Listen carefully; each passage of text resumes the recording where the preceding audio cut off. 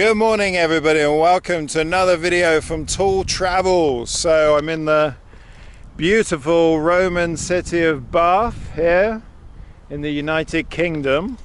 Now everyone, for those of you that don't know, I've been living outside of the UK for about 15-16 years, something like that. And I've been spending most of my time in Eastern Europe. So I've lived in Serbia, Ukraine and Russia mostly. Of course, after all these years in Eastern Europe, coming back to the UK feels a bit strange. I mean, in all this time, I usually come back like 3 times a year, something like that, for a couple of weeks. So, yeah, the first few days are nice, then after that, just gets worse and worse and worse. And I'm sure a lot of expats, British expats who are living overseas, they have the same feelings when they come back to this country. Oh, guys, there's too many people up here in the hills today. I'm trying to find a quiet spot. Here comes the bloody runner, look. There's a couple of posh ladies back there. And they said to me, "Have you come to join our picnic?"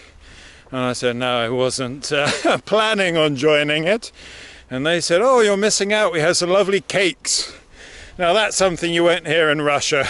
You know, walking around in the country, then some babushka invites you to a picnic. No way. I mean, Russian people are hospitable, but not in that way. They also have a big distrust of strangers. Bloody hell, how am I supposed to make a serious video when I'm fighting for breath all the time? I need to find some flat area if possible, but this is a pretty big hill. Goes up for miles. Hope there's nobody up here indulging in a bit of Sunday afternoon dogging.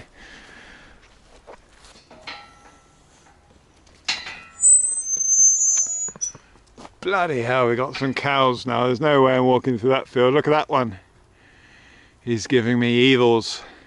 Now everybody, I think the first thing I notice when I come back to the UK after being away a while is that I arrive at the airport and I'm taking a bus towards the centre of London. And we're driving through all these suburbs of London, and it's only like, I don't know, 7, 8 o'clock or something like that. And the streets are dead. The restaurants are closed, the shops are closed.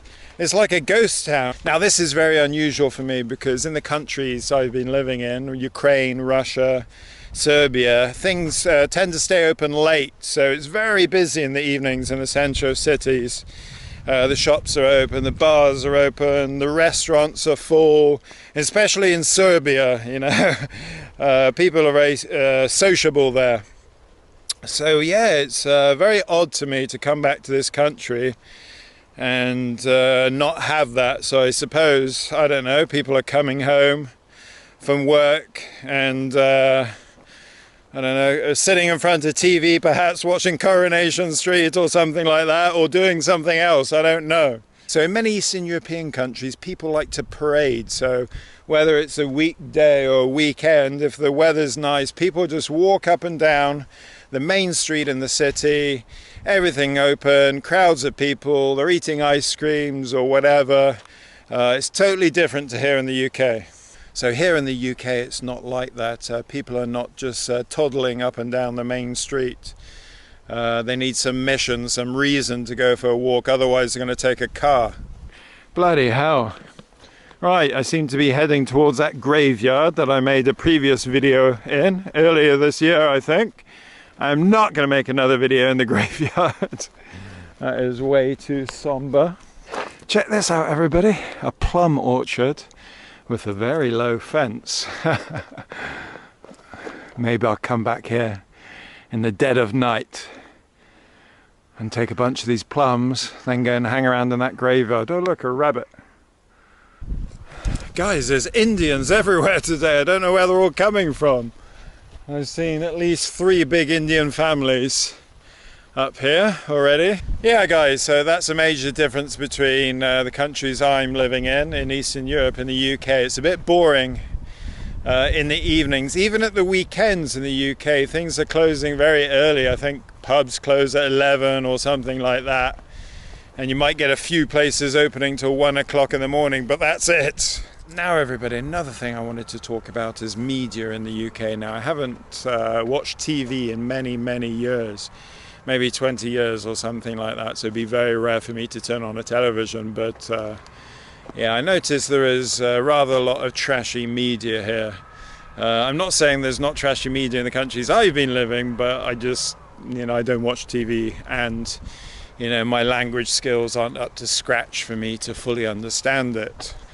So in the UK, I think we have Project Fear. It seems like every time I do check these news websites, which I do a couple of times a day, it's all fear, trying to drive the fear of God into British people and everybody else for that matter. Now, as a lot of people might know, British people are obsessed with the weather, so the media cashes in on this.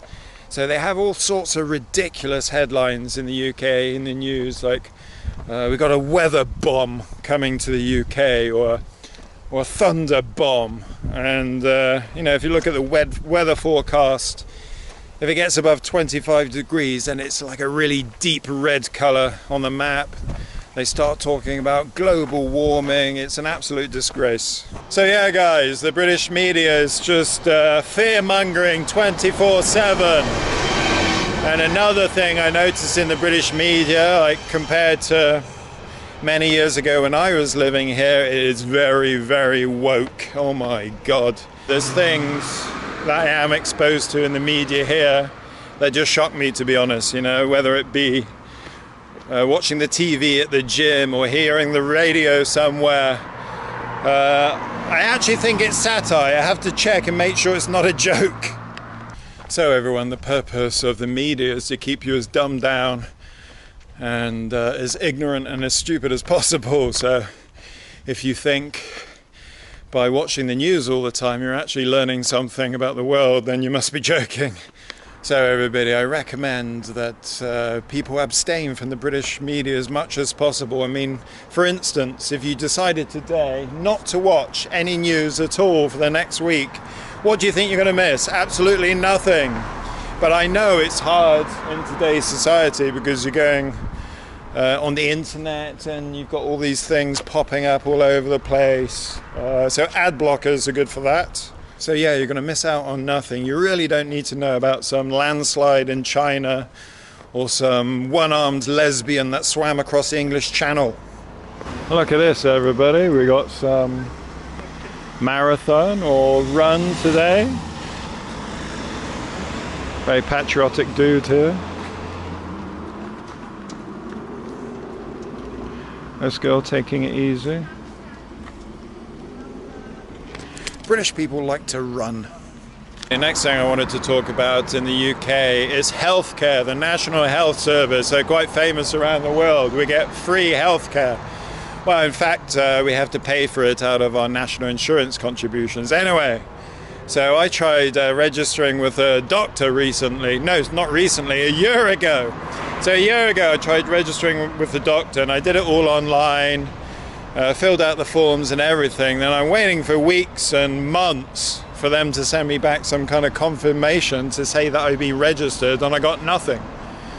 So I contacted them again. I said, look, I've received no confirmation whatsoever that I've been registered at your surgery. And they had to search for my application. It's supposed to be some kind of digitized system they have these days, but I got the impression they were, I don't know, looking through paperwork or something like that. So they said, can you send it in again?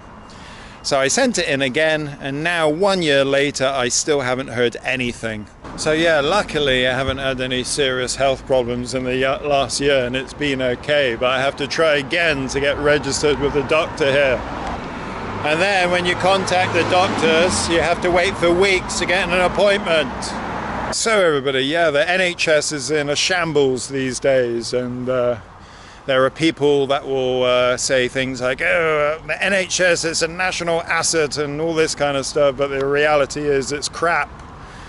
So I think for serious problems, like if you have a heart attack or something like that, it can be okay, the National Health Service. You hope that an ambulance will get to you pretty quickly.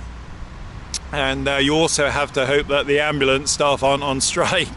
So guys, when I'm back in the UK and I need a routine doctor's appointment or dentist appointment or something like that, I don't even bother. It's better just getting on a cheap flight to Eastern Europe. Go to Poland, for example. Spend £20 on a flight and then chuck him 20 or 30 quid and say, oi, clean my teeth. And that's it.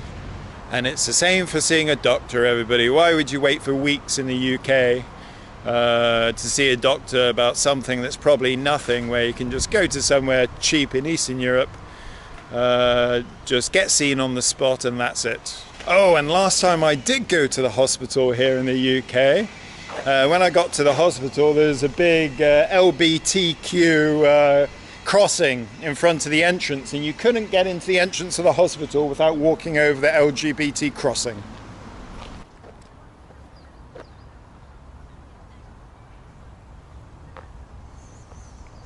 Right, everybody, so the next thing on the agenda is poverty. Now, for those of you that saw my last video in St. Petersburg, I was talking about how there maybe seems to be an increase of homeless people on the streets in St. Petersburg. Now, I often have this situation when I'm in Eastern Europe. I think about some negative aspect of being in that country, and I think to myself, oh, that's worse than in the UK, but I don't realize, because I haven't been to the UK for a while, that it's just the same there, or maybe even worse. So yeah, guys, I'm thinking to myself that here in Bath there does seem to be more homeless people than there used to be here. It could be just me imagining it or something like that, but there could be some social reasons for that. Oh, here comes a train.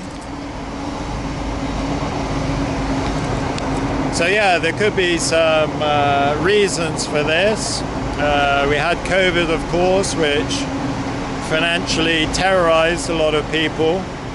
And also digitalization, automation in this country is killing jobs, so that could be another reason for it. Now guys, the next topic on my little list here is men and women and dating. Now, one thing that I noticed when I come back to this country is that the men are becoming more like women and the women are becoming more like men. So I do see some very strange things in this country. You know, people that you think are men, but displaying very feminine characteristics, let's say, in the way that they dress, in the way that they talk, in their behavior. So everybody, the lady folk, let's call them, of the UK now, becoming more manly. Gone many decades ago is that stereotype of the lovely English rose. Now you've got some big butch lesbian thing with blue hair. Now guys, I think dating in the UK is also horrendous. Maybe if you're under 30 it can be okay if you're young, and it's quite a multicultural country, so you can meet women from here, there and everywhere. But if you're over 30, let's say, I think it's terrible. And if you have to date in this country when you're over 30, then you should maybe look for some women from other countries where the women are more feminine. I don't think I'll ever be dating in this country. I'm sorry, but I'll be living in the outside the country for 15, 16 years. Serbia, Russia, Ukraine, arguably some of the most beautiful women in the entire world.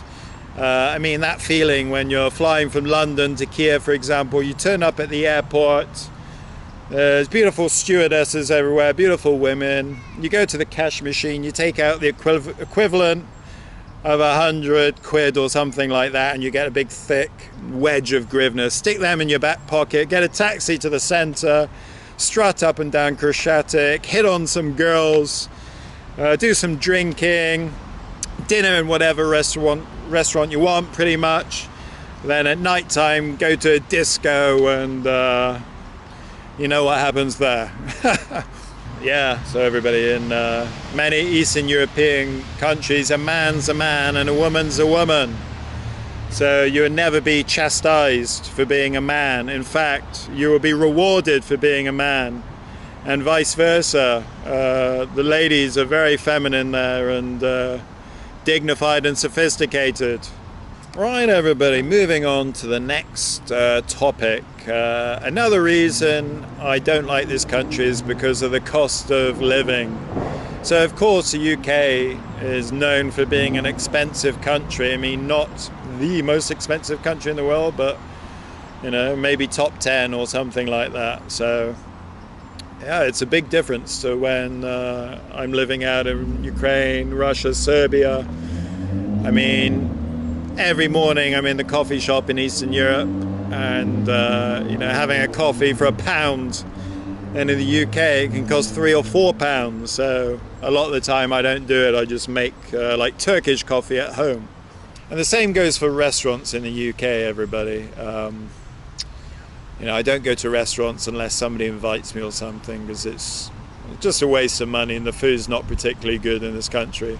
Whereas out in Eastern Europe, you know, if you have a decent income, you can eat in the restaurant every day, 3 times a day.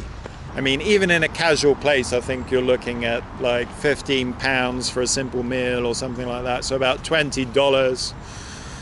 So yeah, travel is expensive in this country. Oh my God, I don't go anywhere else in this country while I'm here by train or plane or something like that, because it's just too pricey, and everything's familiar anyway. So, you know, I'd rather invest my money going to some new country. But just about everything is expensive in this country. Food is going up a lot in the supermarkets. Inflation. This is largely to do with the war in Ukraine. And yeah, utility bills, again, very, very expensive. I mean, my electricity bills and gas bills in winter were shocking here. This time of year it's not too bad, you don't have to turn on the heating, but compared to Russia, for example, which is a land of plenty when it comes to natural resources, you can just leave the lights on 24 hours a day like some people do, or you know, they have these heating systems that just heats their whole apartment block. It's all controlled by the government, and if it gets too hot they're just opening the windows, you know. So it's ridiculously cheap in Russia for natural resources, and that's how it should be.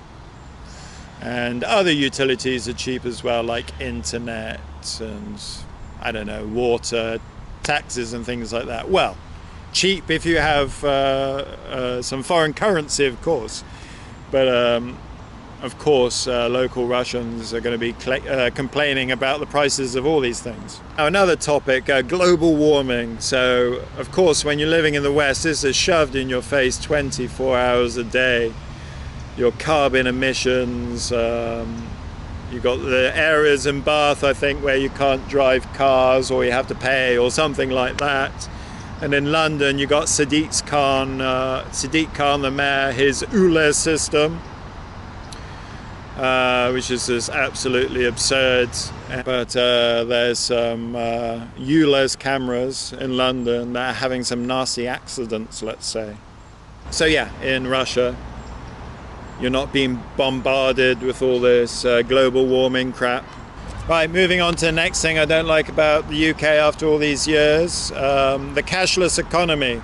Now this is going on all around the world, so it's not just in the UK, but it's still a shock to come back to this country and see it in action. So there's limits to you taking cash out of the bank now. If you go into the bank and say, oh, I'd like to take you know, that £1,000 in cash I put into your account, into my account, and you let me, well, I'd like to take out that £1,000 now, and they start asking you these questions, what's it for?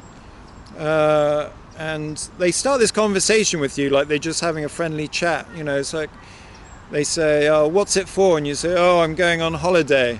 And they say, oh, that's nice, where are you going? And then you say, I'm going to Spain. And they say, oh, do you really need £1,000 for Spain, or something like that, you know? And you go into the supermarkets here, and they're largely automated, so they've got all their electronic tills, very big brother stuff.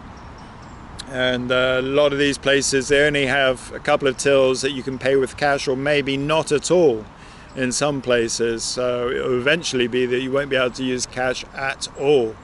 Now, I got in a big disagreement in the supermarket. I got thrown out of a supermarket about a week ago for the first time in my entire life. I'll tell you what happened. So I walked into a supermarket and I bought a basket of stuff, and I went to one of these electronic tills. And I was scanning these Braeburn apples, okay, and at the shelf, on the shelf they said 39 pence. And I started scanning them, they said 50 pence. And I thought, okay, is that just me? Am I imagining it? Or were they 39 pence? And it wasn't the first time it happened. So I went to the shelf, and of course they're 39 pence.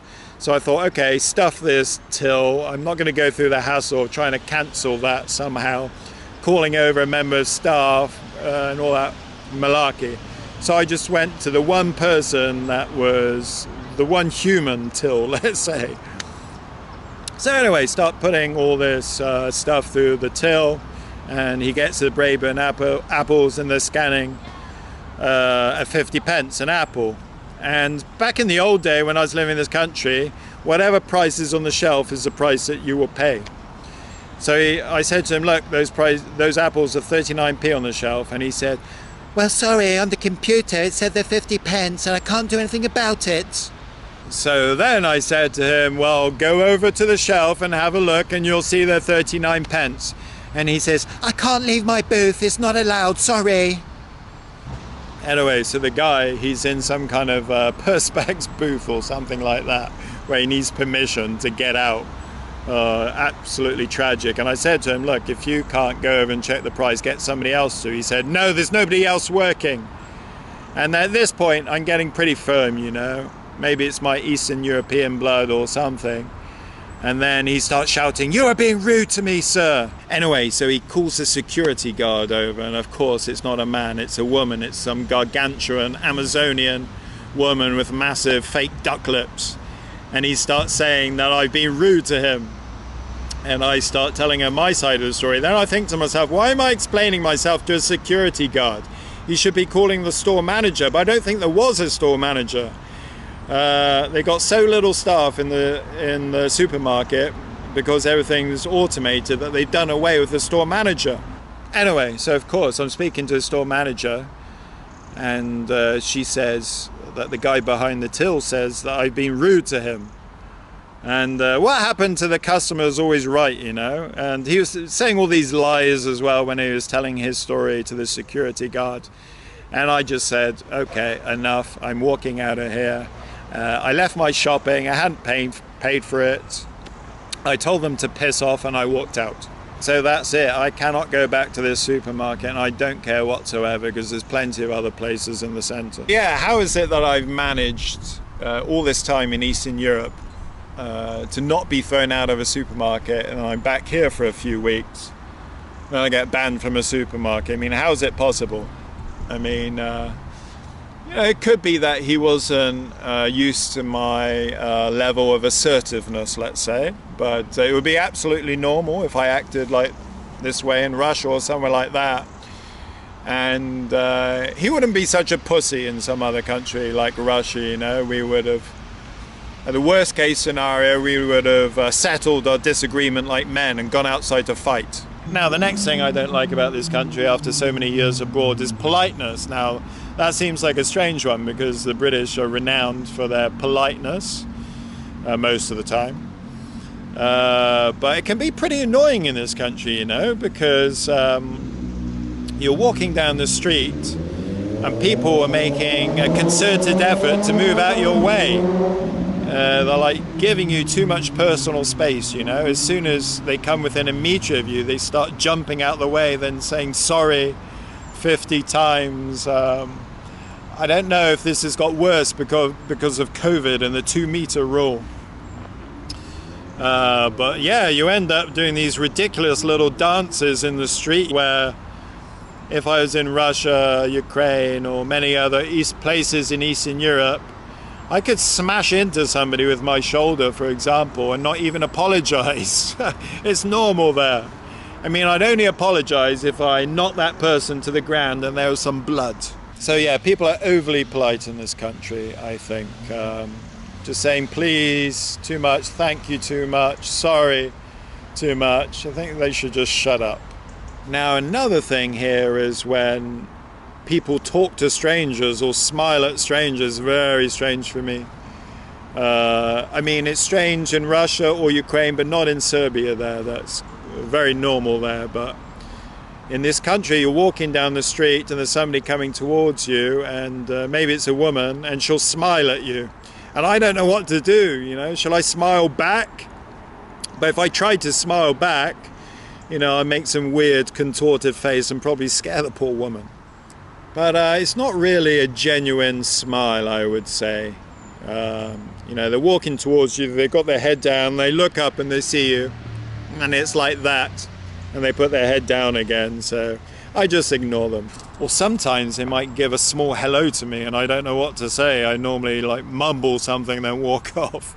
Or another thing, if you're walking into some shop, like some clothing shop especially if it's an American clothing shop, you'll walk in and they give you this big welcome and they say, how's your day going so far? And I don't know really how to reply to that. Do they want me to give them a breakdown of what I've done since I got out of bed? Or do I just say fine? And pretty much all the shops you go to now, when you're walking out, they'll say, have a good day or have a nice day. I don't know how to reply to that either. If I say you too, it just sounds strange to me and insincere, so I just don't say anything. Now, I've talked about supermarkets and restaurants, but I haven't talked about the quality of produce itself. Now, in the UK, the quality is substantially inferior to what I'm used to in Eastern Europe. Now, especially Serbia, which has fantastic produce, and Ukraine has good produce as well. Russia is kind of like so-so. But in the UK, it's pretty bad. So yeah, everybody, this has been a thing for a long time. The quality of produce in this country is not good, like in some other Western countries as well. So a lot of fruits and vegetables are tasteless.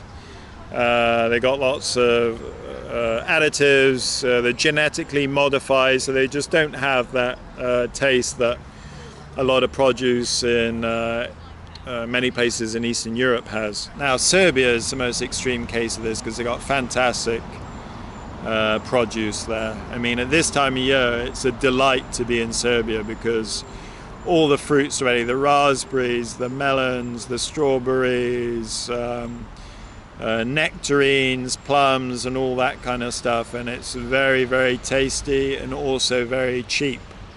So you're coming away from the market with a big bag full of strawberries for like £2 or something like that. So yeah, it's not just the fruit and vegetables, but the meat also. Like the chicken in Serbia, it's got some much more succulent taste to it, but a lot of the meat I eat here has no flavor.